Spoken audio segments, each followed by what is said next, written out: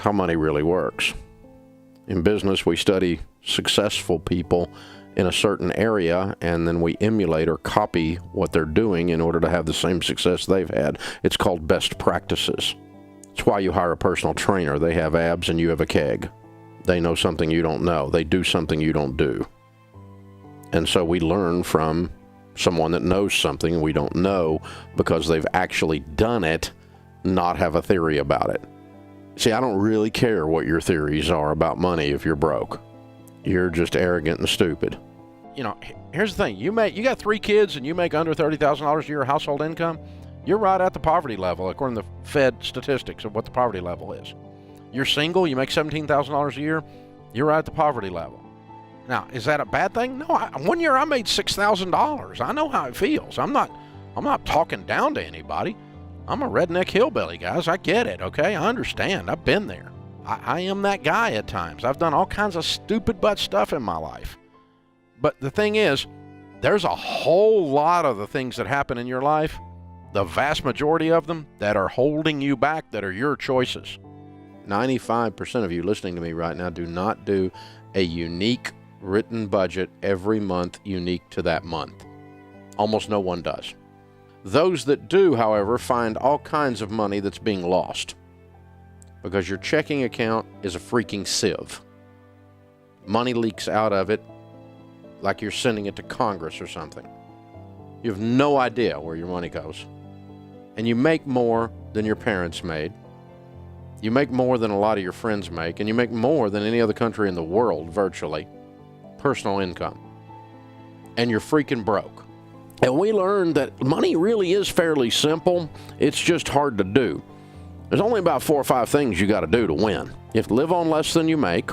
You need to live on a plan, a written budget. You need to get out of debt, because when you don't have any payments, you have money.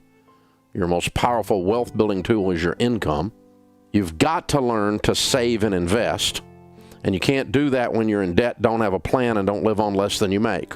Some people started further back than that, and they passed me. Did you know every single demographic, every single race we found in the study had become millionaires? Someone chose to go from where they started to believe, I'm going to be intentional. If you think you can, if you think you can't, you become what you think about. I'm going to aim at this. As a man thinketh in his heart, so is he, and I'm going to go do it. This is pretty simple stuff, guys. It may be primitive.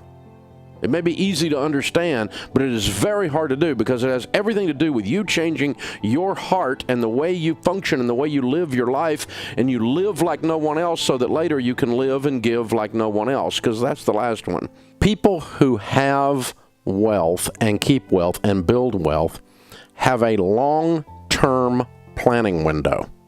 When they're making a decision about an action, a purchase, something they're going to do, they think to themselves, how's this going to affect me 5 or 10 or 50 years from now? And they make decisions based on that. They buy a car based on that. Let's establish that you could find $100. You spend $100 on things you don't even realize you did it. You impulse more than $100 at Target every month.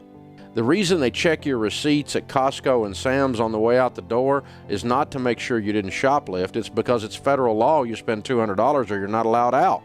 I think it's easy, if we sit here and discuss it a minute, to think about $100. Now, $100 is a lot of money, but $100 invested every month from age 25 to age 65, averaging 12% in a good growth stock mutual fund Roth IRA, is $1,176,000.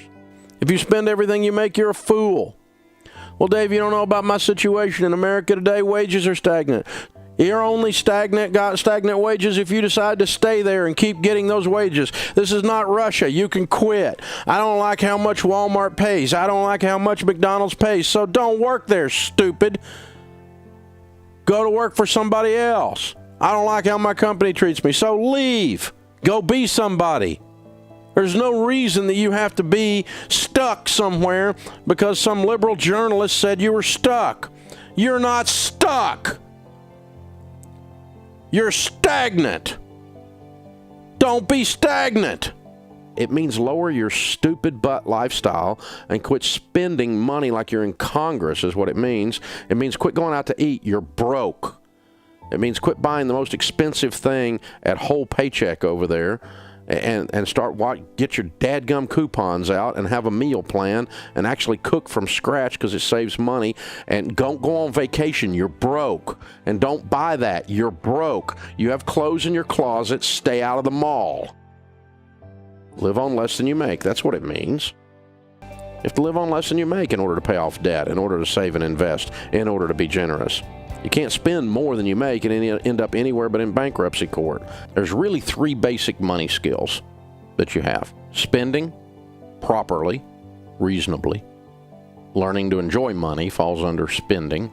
Learning to enjoy life with your money. The second one's saving. You got to learn to save money for emergencies, for college, for retirement, to change your family tree, to build wealth. You got to learn to invest.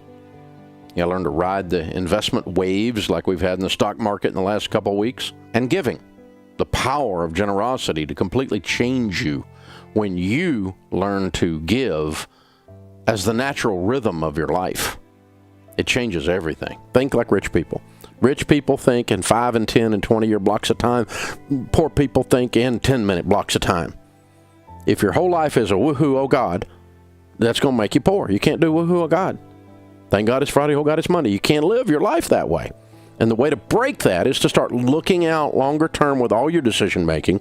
And this is a good place to start. So if you're under 40 years old and you don't retire with $1 million, that's no one's fault but yours. It's your fault if you retire broke. It's your fault because you made a freaking fortune in your working lifetime. You work your butt off your whole life and you have nothing to show for it. It's absolutely ridiculous.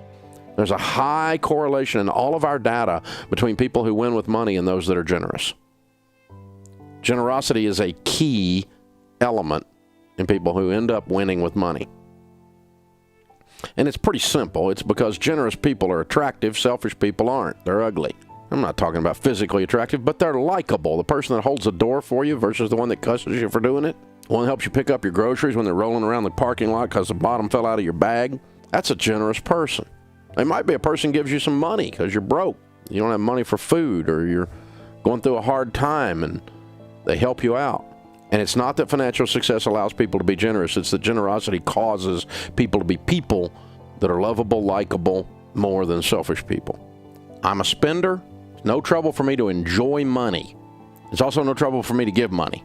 A lot of spenders, it's easy for them to be generous because the release of money doesn't bother us as much as it does a saver. But I'm weak at saving. And that's why God makes me teach this every day. I'm no longer weak at saving, but it wasn't my natural default. I had to intellectually decide to have an act of my will to save and invest. And really what drove me to do that as a spender-giver is that I would have more to spend and give if I built more wealth. I can spend more and give more. And that's my only reason for saving. Out of all the people that hate me and disagree with me and all that don't like all my messages, show me one scripture where God used debt to bless his people. It's not in there. 100% of the scriptural mentions of debt are negative. In other words, biblically speaking, debt is stupid. It's not a sin. It's certainly not a salvation issue. It's just biblically dumb. You need to get up off your assumption and start investing some money. 100% of the people that don't save money don't have any. Wow, how's that for insight? Doesn't take a freaking rocket scientist to figure this out. You know what the problem on your investments are? The problem with your investments is not your rate of return. It's not your expense ratio. It's not no load versus load. It's not your nerdy, twisted up, toxic butt opinion about some investment. Your problem with your investments is you don't have any. That's the problem with your investments. 100% of the people that build wealth save money on purpose a lot. Losers in our country can retire millionaires. Isn't that bizarre? That's how dynamic this economy is. And sit down and do a budget and look in the mirror at your immature self and say no, so you can put a couple of $100 away a month so you can retire with dignity instead of being a burden on society and on your children.